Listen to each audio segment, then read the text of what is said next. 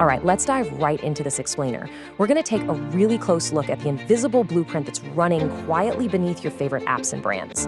When we look at our devices, it's incredibly easy to just see the surface, right? The endless feeds, the colorful icons, the physical products arriving at our doors.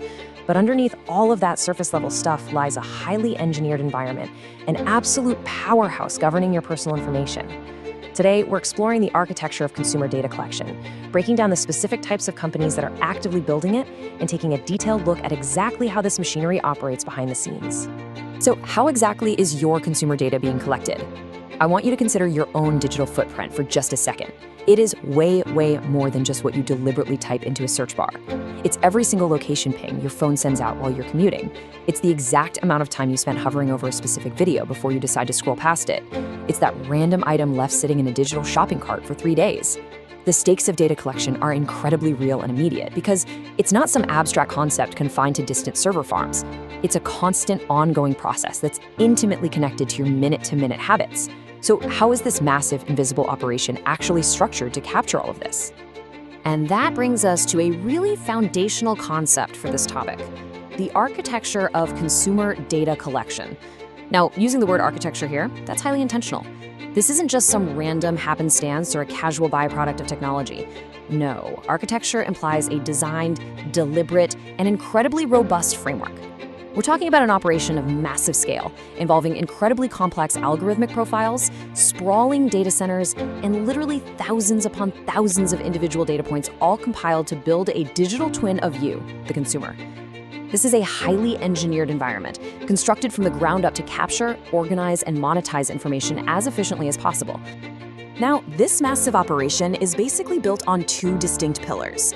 On one side, we've got social media sites, the digital networks and online ecosystems we're navigating every single day. And on the flip side, we have consumer-based product companies, the creators and distributors of the physical, tangible items we actually bring into our homes. These two distinct categories represent the dual fronts of the data economy. It's a really brilliant way to understand how companies engage with us, splitting the world cleanly between our digital behaviors and our physical purchasing habits. Let's start by zeroing in on the most prominent visible entry point into this whole system: social media sites. These networks are just incredibly effective ecosystems for data harvesting. When we examine how consumer data is collected, these digital platforms are the absolute frontline. They're built with tracking pixels, infinite scroll algorithms, and super specific ad targeting systems that are designed to keep you engaged while quietly logging your behavior. They are essentially the ultimate engines for turning human attention into quantifiable data. To quote the source material directly, examples of social media sites are used here to illustrate the way data is collected and stored. And honestly, they're the perfect illustration because their internal mechanisms are so pervasive and recognizable to all of us. They're basically the ultimate case study for understanding the data pipeline. Because we interact with these networks so frequently and so intimately, they give us the clearest window into how a platform actively learns about its users. By looking at how they operate, we can actually demystify the entire overarching architecture. So if we break this pipeline down, we're looking at a very distinct two-part life cycle. Step 1, data is collected. Step 2, data is stored. Sounds simple enough, right? But realizing the full scope of what happens in each phase is absolutely crucial. Collection isn't just, filling out a profile. It involves massive passive collection, observing exactly what you click, who you message, and what times of day you're most active. Then comes the storage phase. And this is not just a temporary holding cell. This data is organized into vast databases, secured, cross-referenced, and used to build long-term consumer profiles. The architecture absolutely requires both this active intake mechanism and the permanent holding facility to function. And here's the really crucial takeaway. This is absolutely not a one-time isolated event. It is a constant loop.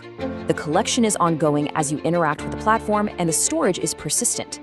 But here's the kicker. The storage actually feeds directly back into the collection. The profile a platform has stored on you dictates the new content you're going to be shown tomorrow.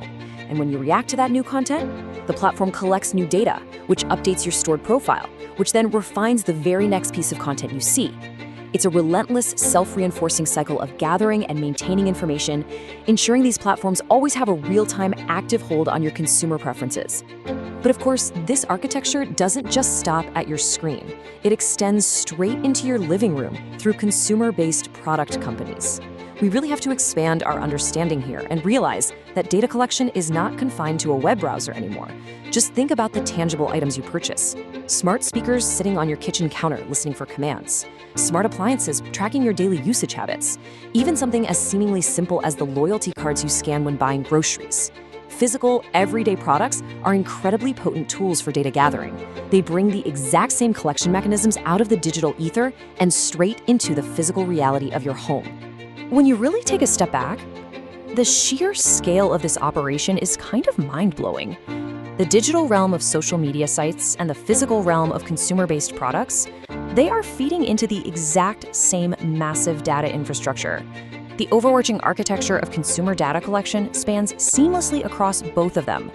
Whether you're using a virtual app to talk to friends or buying a physical cup of coffee at a shop using a rewards app, these companies are involved in the exact same fundamental process. Your physical world behaviors and your digital world behaviors converge, completely allowing companies to link your real-world purchases directly to the targeted ads you're going to see on your phone later that very same day. So knowing all of this, knowing about this overarching architecture and that it involves the continuous cycle of collection and storage that bridges your digital social platforms and your physical consumer products, where does your personal data footprint actually end? Seriously, think about how your data flows with almost zero friction between these two pillars. A simple online search shapes your physical purchases, and your physical purchases dictate your online feeds. It leaves us with a pretty profound realization about the invisible structures surrounding us, and it definitely demands that we constantly question our daily interactions with the products and platforms we invite into our lives.